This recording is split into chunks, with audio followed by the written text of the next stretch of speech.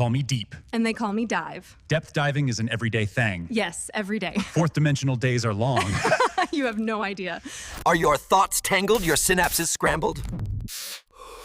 Then you need Nuna, the quantum detangler. Okay, so what if I told you there's this covert organization, older than history itself, basically, and its whole job is protecting reality from, well, paranormal threats. Today, we're doing a deep dive into the source material you've all shared about the Aurora Protocol. It's described as this highly classified, multi-agency human group.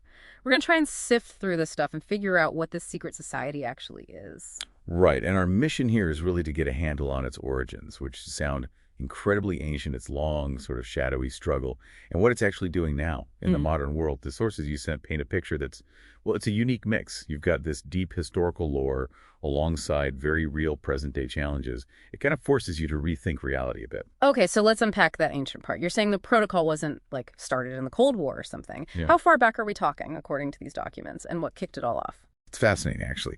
The sources claim it was formed way back in the primordial past, right after these supposedly benevolent gods left Earth. They apparently left behind bits of divine knowledge. Divine knowledge, like blueprints for pyramids or something more dangerous. More dangerous, it seems. The sources describe it as really unstable stuff, not a gift, more like a catalyst. It apparently fractured early human groups almost immediately, leading to these huge, ancient, bloody wars. Okay, so who came out on top in these wars? Well, according to the documents you've provided, it was mostly the dark gods. They won, but subtly. They didn't just conquer, they corrupted societies from within. And what's really key here, the sources suggest they infiltrated the spiritual frameworks that were just starting to form. Organized religions, including those that evolved into Christianity and Catholicism.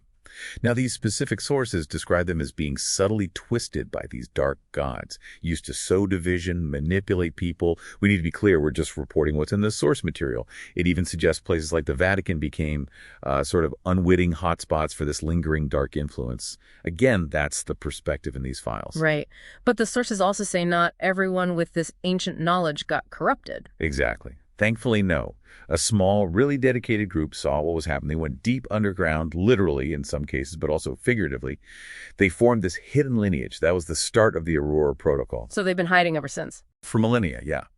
They started what the files call the Long Watch, operating from the shadows, trying to exert some subtle influence. But here's the twist.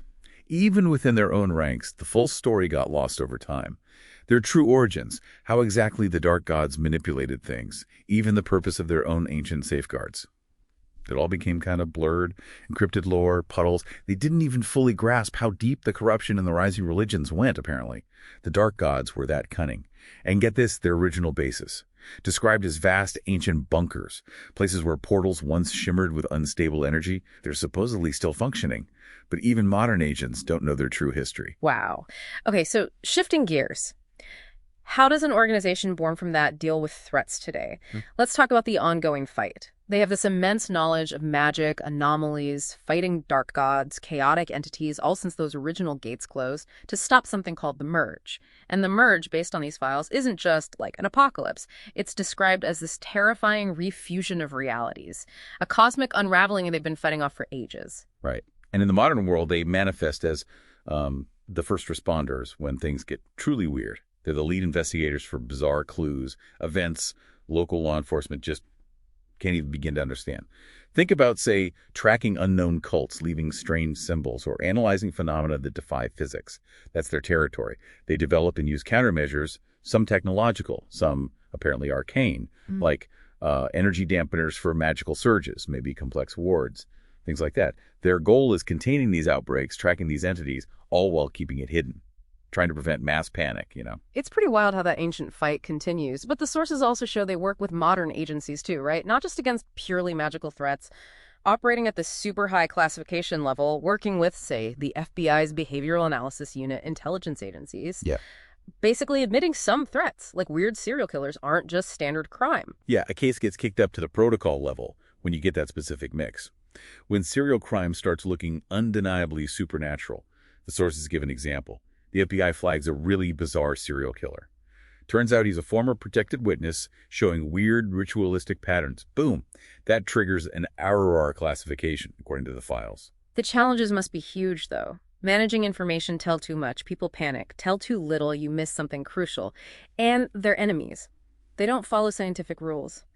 Plus, the agents themselves aren't immune. They face psychological manipulation, even internal corruption from threats like the nothingness. The sources describe that not as a being, but like a creeping void. Something that attacks an agent's mind, their sense of self. Exactly.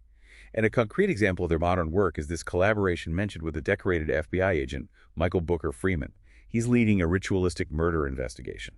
The protocol steps in, provides its ancient knowledge, its unique resources to help suppress whatever anomaly is driving these killings.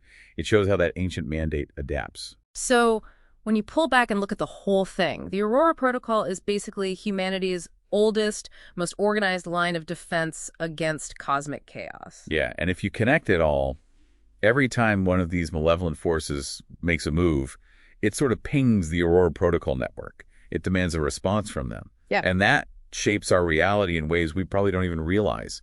Hidden battles constantly influencing things. It's a pretty profound thought, isn't it? That these hidden guardians might have been watching over us for millennia, fighting battles we never see. It absolutely is. And it leaves you with a big question, right?